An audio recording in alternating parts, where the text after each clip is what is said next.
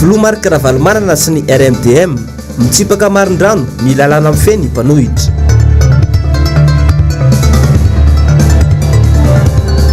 Sa tamin'ny feny mpanohitra vaovao tsy nisy fifampidiniana tamin'ny mpanohitra.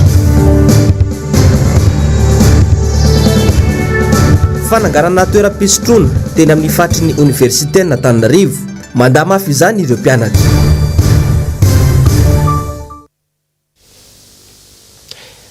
Tokolasy topoko vavy ankafaliana sy ankaravona indray nitsidihako ny tokantranonao amin'ity harivariva ity tonga soa indray anao atao anatin'ny fampalalambavao ny fahitalavitry ny MBS ka manasanao ampanajana sy ampitiavana tenako anaraka izany hatramin'ny farany.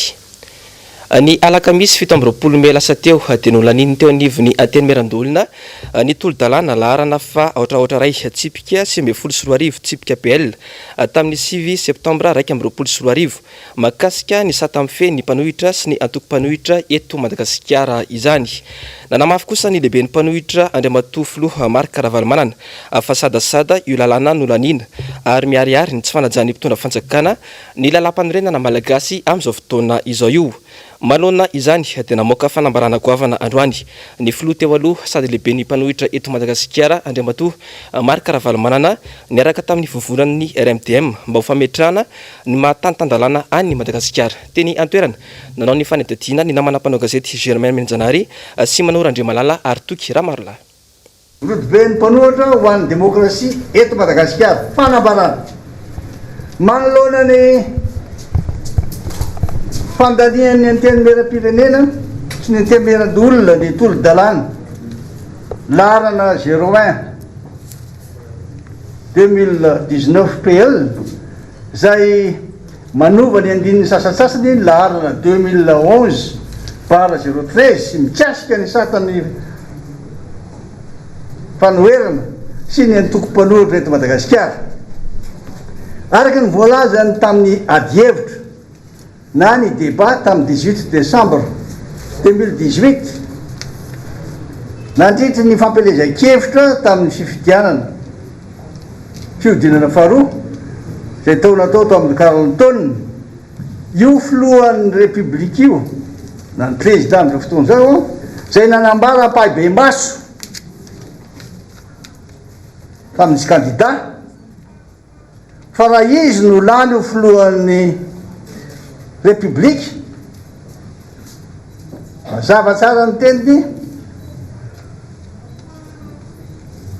dia manaiky an'Andriamatoa Marika Ravalomanana ho filohan'ny mpanohitra. Eno ny teniny ka zay indrindra mantsy ny tiako fanontaniako manaraka demokraty ve nareo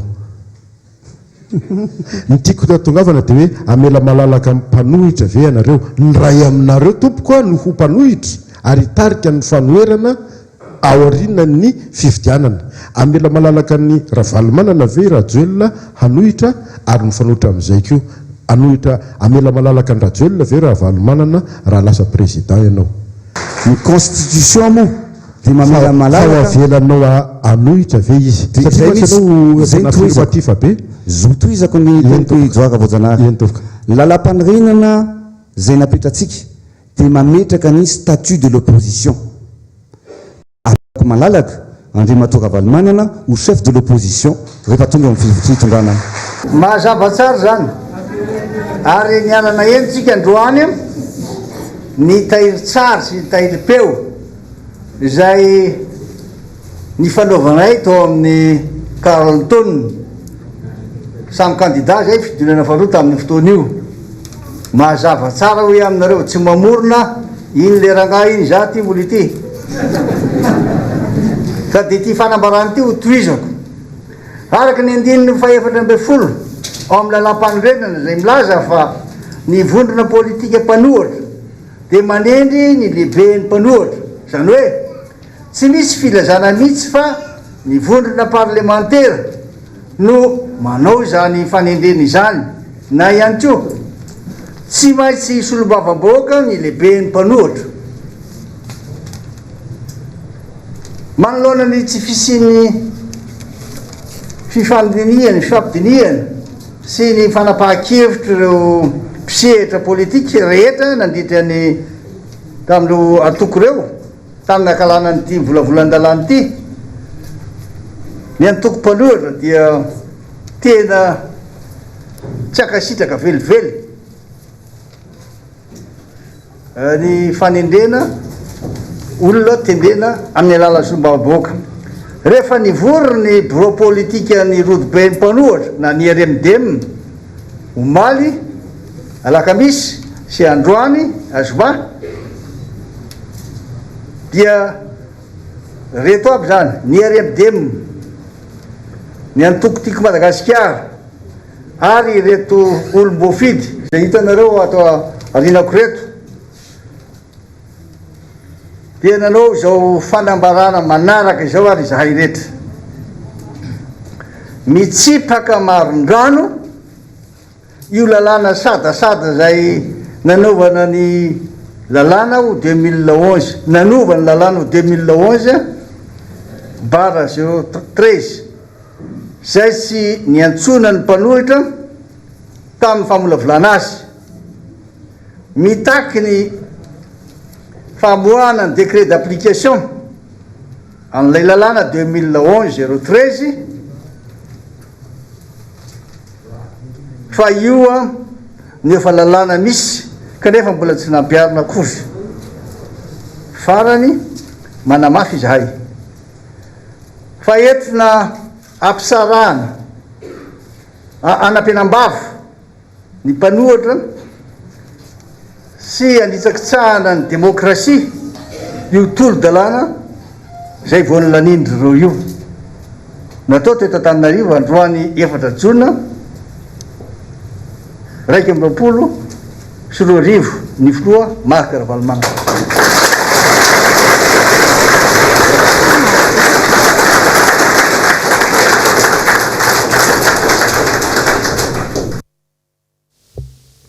Fa na eny am-piangonana na mandeha miantsena na manao hevitra dia tsy maintsy atao andromaso hatrany ny filoha Marc Ravalomanana. Androany maraina dia natao andromaso indray ny trano ity filoha teo aloha ity tsy faravohitra izany nosavaina izay miditra sy mivoaka ny trano ity lehibe ny mpanohitra ity mantsy midika io fa matahotra mafy any Marc Ravalomanana ny mpitondra fanjakana malagasy any ka manao dotandroka andro amanalina Anjavandriamahefa sy Andry Rakotomalala. Ny rona bebe kokoa tamin'ny fidinana ifotony sy ny fiainona ny vahoaka mantsy ny filoha teo aloha Marc Ravalomanana herinandro vitsivitsy lasa zay fa sankarana anosy be ambomanarina akadina mamy mahazo ambodrapeto itosy ambohitra drimo no isan'ny toerana notsidia ny filoha Marc Ravalomanana izay saika rakotra vahoaka avokoa izany anefa dia tsy mahatombotsiraka ny fitondram-panjakana miaona sy miresaka amin'ny tantsaha mitakosina mitondra torohevitra miantsena mitafa hany kalina sy fahalaitrany ny olona izay mitaraina aminy noho ny olana maro samihafa tsy zakany mpitondra fanjakana angamba ireny ka dia mandeha ny dotandroka fa nareo tapahefana sy fanitsakitsahana lalam-panorenana ary ny zon'olom-pirenena iray afaka hivezivezy eto amin'ny tanin'ny Repoblikan'i Madagasikara araka ny 140 voarakitra ao anatin'ny zon'olombelona ny zava-misy. Le izy aloha raha ny filazany zany dia hoe manontany izy hoe iza daholo ny olona miditra makato amin'ity fonenan'ny filoha Marc Ravalomanana ity satria izay no fanontaniana napetraka tamin'ny tompon'andraikitra teo an-toerana hoe nanontany ny antony anontaniany zareo zany ny olona miditra ato amin'ity fonenan'ny filoha Marc Ravalomanana ity raha eo amin'ny lafiny lalàna no resahantsika zany dia tonga aloha dia azo lazaina avy hatrany zany raha iresakantsika mikasika amin'ny hoe zo fototra anisan'ny anatin'izany zo fototra zany ny fahafahan'ny olom-pirenena tsirairay avy mifamezivezy zany hoe les libertés de circuler zany tsy tokony ho anana olana amin'izay fahafahana mivezivezy zay zany olom-pirenena raha eo amin'ny zo zo fototra zany amin'ny toerana zay tiany ale raha izay ny zavatra nitranga dia tena mifanohitra mihitsy zany amin'ny lalàna zany zay raha hoe raha misy zany fanohitohinana satria mety mahatsiaro zany ireo le olona nanontaniana hiditra tato amin'ny fonenan'ny filoha Marc Ravalomanana raha nanontaniana izy dia nilaza fa natsiaro voatotoina zany ohatrany hoe mahatsiaro voatotoina ihany zany amin'izay fahafahana famezivezy ankalalahana zay zany. Tsy hitondra sovelively ho an'ny mpitondra ny fanohitohinana sy ny fanakasakanana ny zo sy ny fahalalan'ny olom-pirenena malagasy vao mainka fahafahambaraka ho an'ny mpitondra satria ny olana ara-tsosialy sy ny toe-karena tsy hita izay vahaolana hamahana azy kanefa mbola ny filomary karavalomanana no apetraka olana manokana sy atao atondrara ny manenjika azy. Itsakilany fomba efa lany andro ny fampiasan'ny mpitondra jadona ifikirana eo amin'ny fitondrana manerana an'izao tontolo izao, ary ihany koa ny fampiasana mpitandro filaminana isaky ny aneho hevitra ny vahoaka sy ny mpanao politika mpanohitra. Dingana farany famantarana fa iongana ny mpitondra ty Afrika ny fampiasan-kery. Tranga anisan'ny nanamarika ny fiandohan'ny taona 2024 ny mpitandro filaminana miandrana Mambasy teny amin'ny kianjan'ny fahaleovan-tena ny 20 febroary lasa teo. Efa nandehatra amin'ny fisamborana sy ny fanenjehana ka olona 12 no nahiditra ponja tamin'izany. Tena miandrana Vaovao Mbs arabaka teny satria fampisehoan-kery no nataon'ireo mpitandro filaminana. Tsy tokony hanao tao ireny ny fitondrana raha tena mahatsapa fa manao ny mety, fa matoa manao ny sakana sy ny fampisehoan-kery dia misy atahorana mafy. Tena manao izay faraheri ny fanjakana matoa mampiasa mpitandro filaminana ho fitaovana politika tahaka ity mitranga tetsy afara vohitra ity androany. Tena mahomby sy maro ve anefa izany. Marihana fa mampitombo ny hery sy ny fitiavana vahoaka ny filohan'ny mpanohitra maneran-tany ny fanakanana natao taminy. Izay mahay maka lesona tamin'ny tantaram-pireneny no mpitondra mamim-bahoaka. Vaovao ny fampianarana kosa indray mianjandrony tady eo amin'ireo mpianatra Akatso sy ireo tompon'andraikitra ao anatin'ny centre régional des œuvres universitaires d'Antananarivo na ny Croix izany. Nampiantso mpanao gazety Matsy androany ny fikambanana mpianatra teny Akatso teny noho ny fitantanana tsy araka ny tokony ho izy izay ataon'ity sampana iray miany cité eny Akatso ity. Njavandrima efa sy andry rakoto malala. Maro loatra ny tsy fanaran-dalàna ataon'ireo personnel administratif ao anatin'ny Croix na ireo tompon'andraikitra misahana sy mikarakara ny cité eny Akatso amin'izao fotoana izao ho ny fikambanana mpianatra Akatso androany. Betsaka ireo olon-tsotra no mahazo tombotsoa manokana ao anatin'ny faritry ny université ka manangana transo-tsena izay tsy tokony ho azo atao mihitsy. Raha mifanazavaan'ireto mpianatra ireto anefa dia ny Croix mihitsy no manome lalana ireo olon-tsotra ireo hanangana transo fototra-avitrasa ao anatin'ny faritry ny cité ity. Nisy araka izany ny fanambarana nataon'ireto mpianatra ireto androany. Andininy voalohany manamelaka tanteraka ny fomba fiasan'ny Croix amin'ny fanomezana vanana tsy ara-dalàna amin'ny fitantanana ny trano fonenan'ny mpianatra izahay. Porofo tsy azo afenina matsy izao hitantsika eto izao. Trano izay an'ny mpianatra sud-est fédéral nefa nampanofain'ny Croix olon-tsotra ho lasa bara ary navadiky ny bloc commercial. Andininy faharoa ny administration Croix dia miaro sy manome vana ireo olona tsy ara-dalàna ety amin'ny campus universitaire toy ny mpianatra mampanofa cité izay anananay porofo kanefa arovan'ny Croix. Andininy fahatelo araka ny lamina sy izay misy ety amin'ny ety dia zaraina isaky ny faritra ny fitantanana ny trano ka anjaran'ny solontenan'ny mpianatra isaky ny faritra iarahana amin'ny Croix ny manaramaso ny maara-dalàna ny trano na tsia. Koa dia hita ihany koa fa misy mifamadiky ireo anjaran'ny faritra tsirairay noho ny fomba fiasa tsy matianina ataon'ny Croix ka mety hiteraka fifandonana aminay samy mpianatra izany rehetra izany. Andininy fahaefatra manoloan'ny fitomboan'ny ny samy mpianatra manohy fianarana ety amin'ny ambaratonga ambony dia hitanay fa tena tsy ampy ny trano fonenan'ny mpianatra. Misy trano malalaka nefa ety izay tokony hazakana mpianatra maromaro izay efa nangatanay tamin'ny Croix mba hampitomboana ny isan'ny mpianatra miteraka mipetraka amin'izany amin'ny maha tompon'andraikitra azy ety nefa mihenoheno fosiny sy miala ny raikitra fosiny zareo. Koa angatanay ny hanalana ireo olona ireo ary amahana ny olona ihany koa dia ny talen'ny Croix sy ny ekipany izay efa zatra lalan-dririnina noho ireo mialangalana sy mitavozavoza amin'ny amaha ny olana. Saika nefa ara tamin'ny rotaka ny fanambarana nataon'ireto mpianatra ny université monina eny Akatso reto androany tolakandro. Vatany vao vita kosa ny fanambarana izy ireo dia nivoaka ny famaly taminy ireo tompon'ilay toeram-pisotroana. Milaza ny mpiakatra ny raharaha eny anivon'ny fitsarana kosa moa ireto mpianatra ireto raha toa ka tsy mivaly ny fitakian'izy ireo.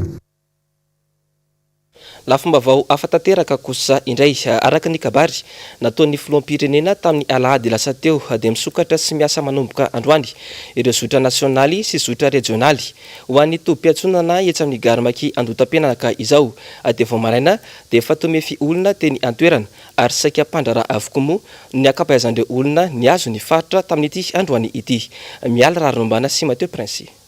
Ronjato sy arivo teo ireo olona nanao famandria toerana tamin'ireo fiara taksi borosy miazo ny lalam-pirenena voalohany, miazo ny faritra Tasy Tsiroano Mandidy, lalam-pirenena faharoa miazo ny faritra Tsinanana, ny lalam-pirenena fahaefatra miazo ny faritra Boeny sy Betsiboka ary ny lalam-pirenena fahaenina mankany amin'ny faritra Isava sy Sofia omaly sy androany. Saika mpandraraha avokoa ny ankabeazan'ireo olona hiazo ireo faritra ireo. Ankoatra ny fahasahiranana dia tsy lazaina intsony araka ny nambaran'izy ireo ny fatiantoka nateraka ny fikatoanan'ny lalana nandritra ny roa volana maheriny. Eo izotra ho any Nosbelville iasany. Raha vao mikatona lalana dia rehetrarehetra samy somary mivakely daholo ny zavatra atao rehetrarehetra miditra fatiantoka foana ny olona. Zay olona manao vary mandeha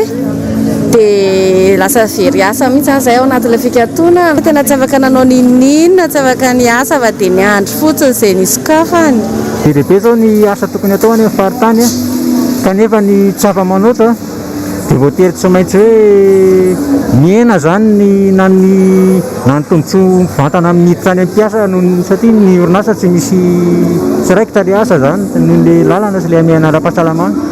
Anisan'ireo nitondra faisana voalohany tamin'ny fikatoanan'ny lalana ihany koa ireo mpamily taxi borosy. Izy ireo izay tsy nahazo fanampiana avy amin'ny fitondram-panjakana mihitsy. Ho an'ireto mpamily fiara mihazo ny lalam-pirenena fahaenina makany Diego ireto izao dia mbola olana hafa ankoatra ny fahasahiranana nateraky ny valanaretina Covid-19 sy ny amiana ara-pahasalamana ihany koa ny faharatsin-dalana. Tena sahirana izay zavatra tsy miasa ny lalana taviny. Tsy hita tsony izay natao teo mangazo no hoanina tsy tsony hoe itovy ety sahana hoana indray. Le fanampiana nanrebirebena fotsiny avy tsy isy mivoaka akory le izy tsy haiko hoe fampandriana drisa fotsiny miviny eo izay nampijaliana hatramin'ny herintaona iny efa nijaly. Lalany Diego ratsy. Izay rehefa varatra tsy miasa tsy mety ahisana ny lalana.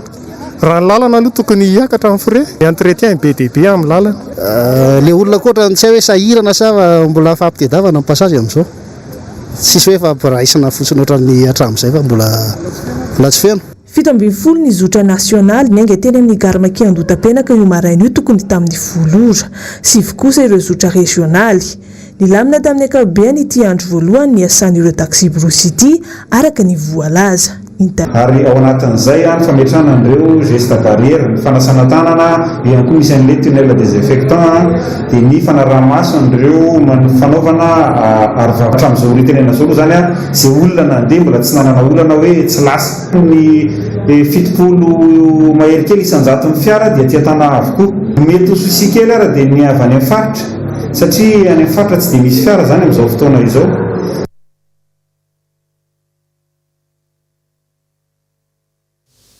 Fanangingina kosa ny tetsy amin'ny toby fiantsonan'ny taxi borosy fahasankarana tamin'ity androany ity na dia saika tonga vao maraina aza ny ankabeazan'ireo mpandeha dia hita ho vitsy ireo olona tonga tena toerana tamin'ity andro voalohany nisokafa ny lalana ity. Ireo olona nitsoka teto andrenivohitra kosa moa no akamaroan'ireo mpandeha androany ireo. Mbola miala raronombana sy Mateo Prince Atrany. Maro tamin'ireo mpandeha niazo ny tobi-piantsonan'ny fiara taxi borosy any amin'ny fahasankarana no tsy afaka nody sy tavela teto Antananarivo noho ny fikatoanan'ny lalana efa ho 2 volana mahery izao. Nisy tamin'izy ireo no namonjy raharaha-mpianakaviana. Tao ihany koa ireo niakatra teto andrenivohitra nieritreritra ny andalo andro vitsivitsy monja kanefa tsy afaka nody ka nanotrano nisitrihana aza zary lasa olana. Tsy ireo mpandeha monjy fodiana ihany no nizaka ny vokadratsy ny fikantonan'ny lalana fa teo ihany koa ireo mpivarotra manao fitadiavam-bola ao amin'ity tobi-piantsonana ity. Tratrany confinement zay dia tafazanona teto andeha hody any Mananjary zao zay mba nisy olona niantra dia nampetrahana na dia fohy kely ary zany volana nipetrahana dia hita hoe sahirana be hoe frais fotsiny zao ny ety aposy tsy efa tapa-bolana zao va tonga teto zay avy any Belohan'ny Tsirodena avy any alavitra zany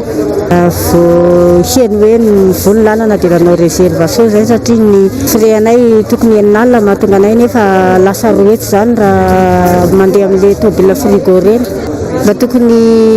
vofoana zany lalina mba sambo mitandrina ny fahasalamana zany satria tena mahatsiaro mijany nenay zao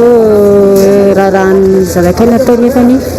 ny raha vaviny tsy tonga dia izany zao zavatra mampalahelo. Nenay zany atony tena ivelomana zany dia raha ohatra zany hoe inikato io zany izay tena tsy nisy mihitsy zany dia tonga dia perte totale mihitsy zany le fiainana. Zay zany efa hatramin'izay moa zany nanaraka an'ity nasional ity foana dia rehefa mijanona ity dia miara-mijanona amin'izay koa zany nenay ny fivelomana zany. Betsaka ihany zany zay no ireo mpivarotra rehetrarehetra zany miantoka ny ato anatin'ny nasional daholo zany. Tsy misy ninina satria zay tsy mba manana hoe zavatra hafa azo atao zany fa tonga dia hoe tato foana zany hatramin'izay. Nisy ny lamina manokana napetraka ireo tompon'andraikitra teny amin'ity tompom-piantsonana ity hialana amin'ny fitangoronan'ny fiara sy ny fitangoronan'ny olona be loatra. Ihany aloha le olona tsy araka ny ejetina fa zany fiarany ainga zany zao hatramin'izao eto amin'ny tompom-piantsonana ny fahasankarana dia eo amin'ny fiara 9 zao hatramin'izao tsika miteny zao izy ireo dia marihana fa amin'izao le zotra akaiky Antananarivo Fianaratsoa Fanjina Ambositra amin'ny 5 maraina zany hatramin'ny amin'ny 10 atoandro no mandeha ireo le zotra dia manomboka amin'ny 10 sasany an'izay zany no miditra ireo fiara izay azo any Tuléara Fort Dauphin Bécule sy sud-est ray manontolo ny Mananjary Manakara Vangainjany Farafangana dia toy izay koa ny Mianjovary sy Morondava zany misy ny contrôle départ eto amin'ny tompom-piantsonana fahasankarana izay misava ireo gel. Ny vaovao ny trangam-piarahamonina kosa indray tsy mitsahatra ny fitarainana mikasika ny resaka tany tatoato izany ho an'ny androany dia velara-tanimbary midadasika iray etsy bypass sy ny manodidina indray no kasain'ny olombitsy sy ny teratany vahiny hogiazana indray izany. Nampiantso mpanao gazety teny antoerana moa androany no solotena an'ireo fokon'olona ireo izay manohatra izao vibotona tany izao. Anjavandre Maefa sy Andry Rakoto Malala. Misy olany amin'ny toerana maro eto Madagasikara ity resaka tany ity. Vao mala ny tanterina teto fa mirongatra ny tany amin'izao no ny fibodon'ireo mpanambola tanin'olona. Androany indray dia tanimbary mirefy 2,700 hektara etsy Baibasy Amoronakony no misy mikasahaka. Mariana nefa fatantsasy vahoaka madinika ao anatin'ny fokotany 5 eo no mivelona sy mananantom-pivelomana amin'ity tanimbary ity. Le olana zava-misy zany hatramin'izao ny toerana izay atao hoe nonenanay sy ny mivelomanay hatramin'ireo razambenay hatramin'izay dia misy olona atao hoe misy vahiny ary misy teratany malagasy ihany maka an'le tany amin'ny ankapobeny misy ary dia zary miravoravo tanana mitebiteby lava zany izay fokon'olona ety toerana hatramin'izao satria dia tsy fantatra mihitsy izay vatriny piso sy rafaka piso amin'ny ankapobeny zany satria ny ankapobeny tany mihitsy izay ny efa nonenanay sy ireo razambenay araka ny voalaza tao aloha no saika ho lasa ankapobeny ary ipetrahana olana izay atao hoe somary manahirana ihany satria noho n'le saranga tsy mitovy izay atao hoe vahoaka madinika amin'ny ankapobeny ny velona ety dia anjakany le mpanambola sy ireo atao hoe mahitahita angamba no azo lazana azy. Tsy nanaiky izany ireo mponina ka nampiditra raha eny anivon'ny fitsarana ary eo ampiandrasana ny didy avoakan'ny tribonaly. Araka izany mitebiteby ny tatsaka tsy tafatombona tsara amin'ny famokarana izay ataony. Miayay amin'ny tany izao lasan'ny olona. Etsakilany anefa ny sady ny faniliana sy ny fandroahana ireo mponina izay efa nananjary ny tany efa ela. Atody mianta mamata nefa izahay ho ireto vahoaka ireto satria majinika. Izy zany misy fampandrenesana fa tonga dia fanalana zany no nataony tamin'izay satria tamin'ny 2016 dia tonga dia ity zareo andravanay analanay ary nanome solam-pangady izay atao hoe zarafa voly satria ny olona anankiray ohatra hoe mety 150 000 lao nomeny ary nefa nisy mpiarakara zany izay ny fokon'olona ihany fa nivadika tamin'ilay fokon'olona dia nendany tamin'ilay zital tamin'izay fotoana izay lasa ohatra hoe lasa fikaramana zany le ananjary misy didadida be satria na iny fefy valampariray manontolo zany efa saika rava amin'ny ankapobeny misy ary efa ny fefena misy le tany ary nisy problème piara tamin'izay satria lasa nisy famonjanana anakefatra izay tena mitolona farany tamin'le tany zany famonjana izay atao hoe 6 mois d'emprisonnement ferme misy ny nazo anay misy aranay namozanay na tety ary zay ny zavatra nisany tena hoe mampalahelo mafy mihitsy satria dia misy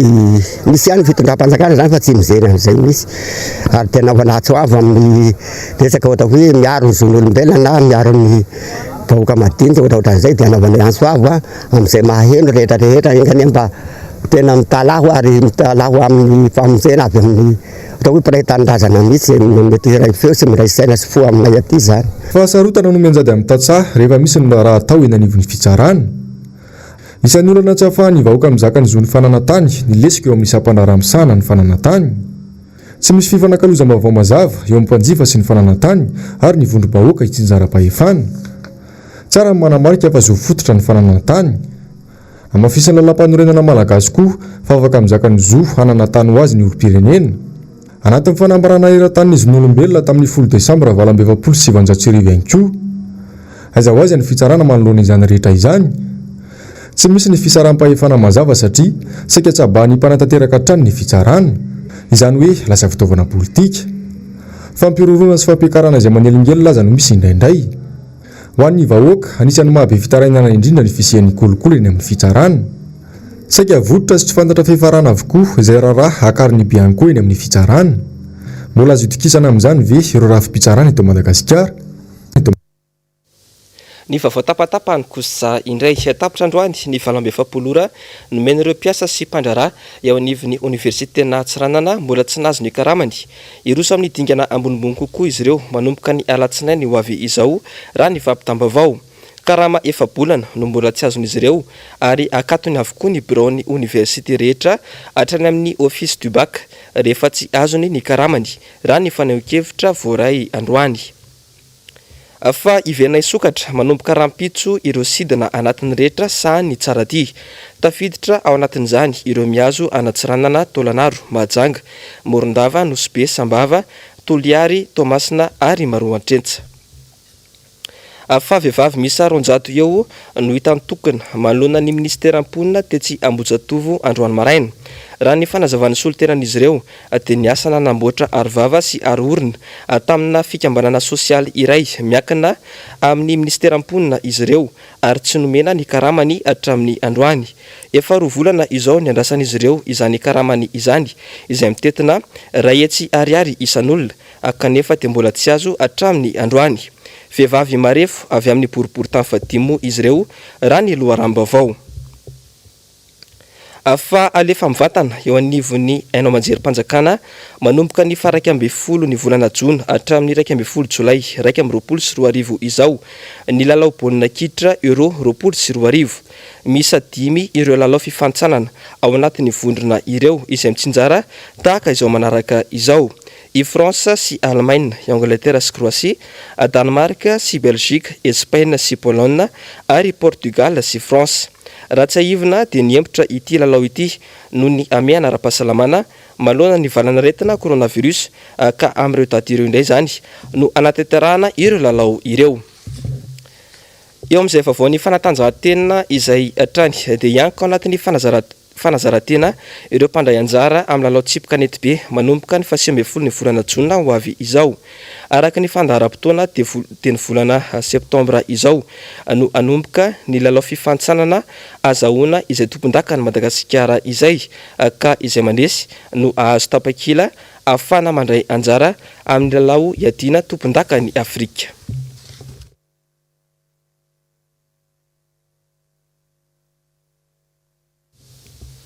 Ny vaovao maresaka iraisam-pirenena kosa indray fandikan-dalàna fanaparam-pahefana fanaovana kolikoly izay Europeana sy ny firenena Amerikana ho an'ny manamarika an'ny Bielorussia izany sazy mafy no tsy maintsy ampiarina ho izy ireo ary andalam-panadihadiana ireo eloka rehetra ny sazy mifandraika amin'izany ireo andro lehibe manairan-tany anankiroa ireo mitatitra amintsika izay vaovao izay nambitso velositraka eo amin'indrindra tsara ny tahiriny aina. Tsy tambo isaina raha ny fioaram-pefy nataon'ny Bielorussia manoloana ny fifanarahana iraisam-pirenena eo andalam-pikaonandoha ny amin'ireo sazy ho azy ny eo anivon'ny vondrona Europeana sy ny firenena Amerikana amin'izao fotoana izao. Ny fanitsakitsahana ny zon'olombelona nataon'ny filohan'ny Bielorussia no fihetsika voalohany anasaziana azy fa indrindra koa ny fampiatoana ilay fiaramanidina Europeana tany Minsk renivohitry Bielorussia ny 17 ny volana May lasa teo hoy ny fananjavan'ny mpitondra tenin'ny gouvernemanta Amerikana androany manginy fotsiny nahitana trangana kolikoly avo lenta nataon'ny Alexandre Lukashenko filohan'ny Bielorussia. Tamin'ny taondasa ihany koa dia efa nisy tompon'andraikitra ny sahana ny fifidianana tany Bielorussia ny isa 9 no nosazian'ny États-Unis ny volana Aogositra taona 2024 tamin'izany no nahitana trangana alabato ka nahafahan'ny filohan'ny antoerana nahazo ny salanisa 900 tamin'ny fifidianana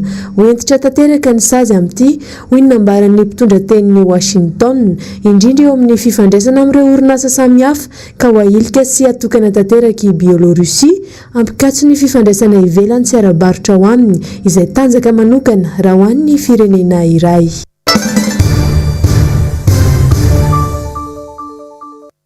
Ny vaovaon'ny politika kosa indray nitondra fanazavana ho an'ny vahoaka malagasy momba ny fandikana lalam-panorenana ataon'ny mpitondra ankehitriny ny filoha Marc Ravalomanana tamin'ity androany ity. Notsondriny manokana ny fakakevitra nataon'ny mpitondra tamin'ny mpanohitra makasika io lalàna sadasada ho an'ny fanoherana io. Ny antsiprian Zairy eo amin'ny indra-tsariny toky Ramarla. Tsara ngamba ny makafaka ny tena votoatiny tiketra le volavolan-dalàna zay nolaminy ty. Raha ny fomba fanao eo amin'ny famolavolana lalàna dia ny tombotsoa ambony no tena tanjona atao. Rehefa zay matsy no tanteraka dia afaka mampiasa an'ilay volavolan-dalàna na zay lalàna lany amin'ny lafiny rehetra ary tsy ilaina intsony nanaovana fanitsinana fanamboarana ny sasatsasany amin'ireny lalàna lany reny. Manaraka zany koa dia tsy maintsy miaraka izay voalaza ao anatin'ny lalam-panorenana ilay lalàna zay volavolaina ary manoloana ndreo antsiprieny ao anatin'ny lalam-panorenana dia mety tsy maintsy ajaina toy ny andrak'Andriamaso ny voalaza ny lalam-panorenana ary tsy maintsy asiana ny fanazavana toy izao. Ny mifanohitra amin'izany anefa no hita amin'ity toro-dalàna lalana 01/2019 PL ity zay natao anovana ilay lalàna 2011/013 mikasika ny satan'ny fanoherana sy ny antoko-panohitra eto Madagasikara. Tsy mikatsaka zay tombotsoa ambony sy ny tombotsoa iombonany ity toro-dalàna vaovao ity fa natao kosa ikendrena olona anankiray na olo-tokana dia natao izay anilikiliana ny lehibe ny mpanohitra dia tsy zany fa Andriamatoa Marc Ravalomanana. Ny tanjona kendreny rao amin'izany dia tsy isian'ny mpanohatra afaka manohatra azy. Foto-kevin-dehibe voalohany amin'ny lalam-panorenana momba ny fanoherana sy ny antokony mpanohatra. Ny 14 ny lalam-panorenana dia manaiky ary miantoka ny zo ny mpanohatra amin'ny fomba demokratika. Zany hoe andraikitry ny mpitondra fanjakana no mametraka ireo fapetra ara-dalàna rehetra mba hahafahan'ny antoko-panohatra misitraka izany zoany zany eto amin'ny tany sy ny fanjakana. Ankoatra ny fiantohana ny zon'ny fanoherana amin'ny fomba demokratika, io 15/10 ihany dia mamaritra foto-kevin-dehibe roa dia ny vondron'ny politika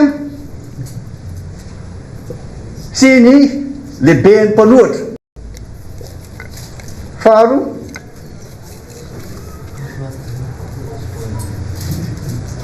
io lalana 15 ihany dia mbola andininy milaza mazava tsara ny fitsipika ampiasaina amin'ny fanendrena zay ho lehiben'ny mpanohitra sy ireo vondrana politika mahefa afaka manay anjara amin'izany fanendrena zay filohan'ny mpanohitra zany. Nahatanteraka an'izany isika tato ny rodoben'ny mpanohitra teny amin'ny Carlton dia toy izao raha voalazany zany andinindininy 14 zany araka ny lalam-panorenana. Lalam-panorenana no vakiko ny lalam-panorenana no miantoka ny zo ijoro ho mpanohitra amin'ny fomba demokratika aorian'ny fifidianana solombavambahoaka ny vondrona politika mpanohitra dia manendry ny lehibe ny mpanohitra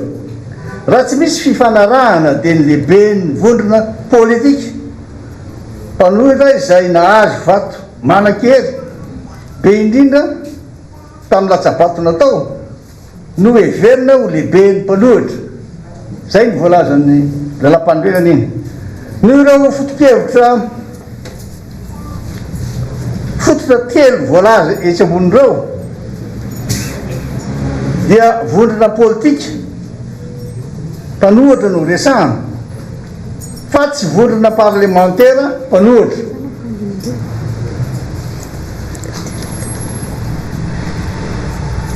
eo am'izany vondrona politika mpanohitra izany dia ny mamaritra mihitsy ny lalam-pandrenana fa tsy maintsy solombavambahoaka voafidy no tsy maintsy tendrena ho lehibe ny mpanohitra zay ny voalaza amin'ny ankiray teo tsara ihany koa ny manindry fa araka ny andininy fa 20 ny lalam-pandrenana mikasika ny mandat impératif dia ny hevitra ilay hoe vondrona politika izay nalany ilay solombavambahoaka dia midika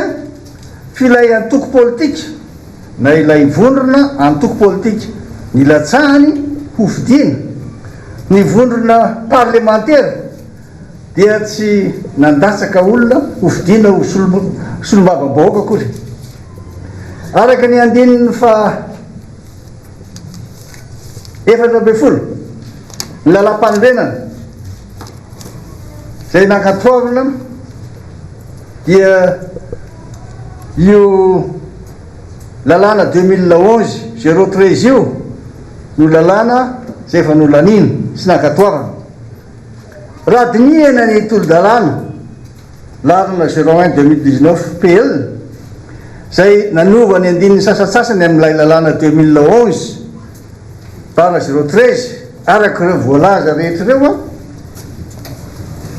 dia reto no azo ambara tsy andraikitry ny solombavambahoaka no manendry izay lehibe ny mpanohatra satria tsy antony tamin'ireo a tsy tamin'ireo no antony nalany azy ho fidiny dia ny ankatoavana ny antoko politika zay tarihany lehibe ny antoko politika ny lehibe ny antoko politika io dia tsy voatery hilatsaka ho fidina solombavambahoaka akory noho izany a ny fifidianana izay ho lehibe ny mpanohitra dia miankina tanteraka amin'ireo antoko izay nanao fanambarana amin'ny fomba ofisialy fa antoko mpanohitra tsara ho marihana hoe aminareo tsara ho marihana fa isika eto Madagasikara dia samy manana ny fomba fijeriny indrindra ny mpitondra sy mpanohitra ka dia noho izany a ny fampidirana ny teny hoe aorean'ny fifidianana solombavambahoaka ao amin'ny andininy fa 7 ny lalam-pandrenana dia natao mba amerana ny tom-piasana lehibe ny mpanohitra ary koa anamorana ny fanendrena izay ho lehibe ny mpanohitra raha toka misy ny tsy fifanarahana amin'ireo antoko mpanohitra ireo fa tsy midika hoe tsy maintsy solombavambahoaka voafidy no lehibe ny mpanohitra andininy faharoa ny fantikana vilana ny voalaza ny lalam-panorenana eo amin'ny fanendrena izay ho lehibe ny mpanohitra dia manimba ny tanjona voalaza ny lalam-panorenana dia ny fametrahana ny sy fanehoana ny ary fanahoerana amin'ny fomba demokratika izay misoroka ny crise miverimberina eto amin'ny firenentsika noho izany io tolo-dalàna vao nankatoaviny antemera-pirenena io ny anterimenan'olona dia mifanohitra tanteraka araka ny voalazana lalam-panorenana. Fanafarana androany kosa ny fivirina ara-potoana voalohany tamin'ity taona 2024 ity ho an'ny filan-kevitra munisipaly eto Antananarivo renivohitra. Landika maromaro moa nosongadina tao anatin'ity fivirina ity saingy betsaka indray tsy fanarahan-dalàna nataon'ny fahefana mpanatanteraka tao anatin'izany. Anjava-Andriamahefa sy Andry Rakotomalala. Tony mahazatra natao letrezana hatrany ny fandaniana ireo ladinkana roso tao anatin'ny filan-kevitra munisipaly androany tetsy amin'ny lapan'ny tanàna Analakely. Tamin'ny alalan'ny latsabato miafina indray mantsy no nentana nandaniana ireo ladinka ireo raha toka tokony ho tsangatanana nanaovana izany. Mariky ny tsy fangaraharaana sy nendrika kolokolo anefa izany ho reto mpanolotsaina timma ireto. Izahay mpanolotsaina voafidy tamin'ny anarany Tokotiko Madagasikara dia tena sama manambaram-pahy be maso fa azo lazaina olo-bata fandresena satria izahay dia tsy nanaiky velively ny hifidy tao anatin'ny délibération tsotra ny antony. Ao anatin'izany fandraisana fanapa-kevitra izany tompoko raha ny lalàna dia tsangatanana no anaovana azy fa tsy latsabato miafina raha tsy mangataka ny ray ampaha-efatra ny mpivory tao. Ny zava-misy anefa eritaona sy tapany izao nampanolotsaina anay fa dia izay délibération rehetrarehetra nandeha dia vote secret avokoa. Ho anay nefa dia tsotra be ilay izy hoe lalana misokatra ngeza be ho an'ny tsy fangaraharaana sy ny kolikoly ny fisisihana anao latsabato miafina foana ary dia matsiaro ny bata fandresena izahay satria nahoana nanapa-kevitra izahay fa raha mbola vote secret ny androany dia hivoaka ny trano izahay ka dia ny mpanolotsaina timma 520 tsy misy ny ala na iray azy no miara-ny voaka ny trano. Miampy ny CM Clémence Ararnirina ny CM anankiroa avy eo amin'ny komba dikan'izany 720 maro anisa no nivoaka ny trano ka ilay 720 izay vitsy anisa no nanao letrezana nanao izay andaniana ireo ordre du jour rehetrarehetra izay tokony notapahana tao anatin'izany. Tsy anaiky mora ary adatra amin'ny farany manoloana izany letrezana sy tsy fanarahan-dalàna izany anefa reto mpanolotsaina timma ireto raha ny fanazavana trany. Misy ordre du jour anankienina natao fa dia dossier 3 nomenanay efa niandro ny session voajerevana misy dossier fanampy indray eny ambonin'ny seza fa rehefa iza no manao inona dia azo ekena sy marim-potitra fa rehefa iza no mangataka dia tsy misy dikany ary fandresena ho anay satria nisy mpanolotsaina IRK mangataka indray session extraordinaire milaza handinika ny budget rectificatif kanefa teo anatin'izay dia matsiaro nazy fandresena izay satria 420 monja no nanasoniana ilay fangatana mazava loatra mpanolotsaina timma tsy mivaky tsy misy nanasoniana na iray azy tao anatin'ny fangatahana io. Aminay mitohintolona ary efa manomboka manakaiky ny fandresena hoentina ampaherezana antsika rehetra fa raha mbola eo izay mpanolotsaina 520 mianada tsy anaiky ny tsindry azo lena sy ny tsirariny atao eo anivon'ny komina io. Fa tsy voafeny mpitondra fanjakana intsony ny raharam-pirenena misy ankehitriny ho ny teo anivony miara-manonja tamin'ity androany ity. Tsy misy izay tsy voakasika izany ny sehatra rehetra ary mitondra faisana maloana ny gabraraka sy tsy fanana politika mazava hitantanana ny firenena izy ireo. Teboka maro no nentin'izy ireo na manam-porofonina izany rehetra izany tao anatin'ny fandarana miara-manonja tamin'ity androany ity. Mamitana amintsika izay vaovao izay ny namana mpanao gazety Yando Miaratina teo amindrindra tsara ny tahirinena. Misy olany ary miariary fa latsaka kantoerena tanteraka ny fiainan'ny vahoaka malagasy ankehitriny. Tsy misy mandeha amin'ny ny fitantanana ny raharam-pirenena. Taratry ny tsy fahaiza mitantana ny mpitondra. Tsy manana politika mazava, amana ny olana menjady amin'ny vahoaka malagasy anefa izy ireo, afavarina manenjika ny mpanohitra. Mangony fotsiny fiazaka zana amin'ireo asa tsy laharam-pahamena ho an'ny vahoaka izay tena mbola miaina anaty nofinofo tanteraka ankehitriny. Anatin'le mpanara-maso ny asa mpanantanteraka ary mitaky mihitsy aza azo atao hoe nareo mihitsy no tokony hibaiko na ny hoe tsy mibaiko moa zany fa ny hoe mitaky an'izay le hoe programme ny fanjakana zany mba hipaka mivantana makany amin'le vahoaka malagasy le izy fa ny zava-misy amin'izao fotoana izao dia resaky ny jamba sy ny marenina ary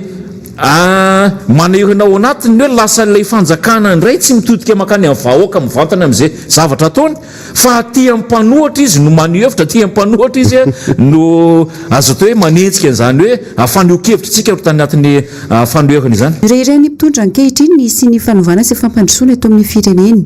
Ny fanohitra tanteraka amin'izany efa ny zava-misy iainan'ny vahoaka malagasy. Ny fomba ratsy teo aloha ihany no miverina ka manara-tsendrika izao fitondrana izao. 7 nanongana ny président Marc Ravalomanana ange dia zany ny lokaloka napetraka hoe anovitsika andaotsika anao fanovany fa inona ny teo ny pira lavitra noho nataon'ny président Marc Carvalho indray ary nataon'ny fetina nateteza mita ary mbola ataony amin'izao fotoana izao dikan'izay tsisy fanovana zany fa nentina nambabonan'ilay olona fotsiny anao fanovantsika fa rehefa tonga teo amin'ilay toerana ratsy kokoa noho nataon'ilay teo aloha nataon'ilay mpitondra rehefa manao fanovana dia ny fiarahana ny zava-dehibe io fiarahana io tsy hoe androany ianao a matsapa fa enjana be zany fitondrana taon'Andriamatoa Rajoelina zany fa rehefa miongana izy rapitso raha ohatra ka zay le zavatra mitranga dia ianao indray no tasa voly manorandrana ao anatin'le olona niaraka nanalan'le mpitondra teo amin'ny fitondrana dia miverina any amin'ny voalohany foana zany dia rehefa oaka aveo sorena hoe tsy mety kosa zany ataonareo zany e dia zay le ifampitezantsika dia an'izao hoe ny fanovana dingana anankiray fa ny fahaizana mandray ny fanovana zay ny zava-dehibe mba tsy hamerenantsika ny tsy nentina ataony teo aloha ina moa ny tsy nentina ataony teo aloha ny fisiny ny valifaty amin'ny samy malagasy sehatra maro hitarafana sy manam-porofony tsy fahaiza mitantany mpitondra ankehitriny no mivelabelany ireo solombavam-bahoaka tao amin'ny fandarana miara-manonja androany teo ohatra ny mahakasika ny fahoriana mianjady amin'ny mponina eny amin'ireo toerana lavitra indrina mahakasika ny raharam-pirenena ankehitriny ataony isa tamin'ny feny mpanohitra ny tsy fandriam-pahalemana ny fanarareo tamin'ny mpahefana ataon'ny fitondrana ny olana mianjady amin'ny mpandraraha malagasy tsy adin'izy ireo ihany koa ny nitondra ny teny fisaorana ho andreo rehetra nandray anjara tamin'ny tolotana ho an'ny mpanakanto malagasy iny fanadadiana iny akoa ry tompoko lasy sy tompoko vavy ny toko manakatona ny fampahalalam-bavao tamin'ity androany ity hisoraka ianao naraka izany hatramin'ny farany hisorana ihany koa ny teknisiana sy ny mpanao gazety niarany salahy nanatotosa izany vaovao tamin'ity androany ity izany mametraka ny veloma ho any rapitsondry ary tompoko lasy sy tompoko vavy veloma tompoko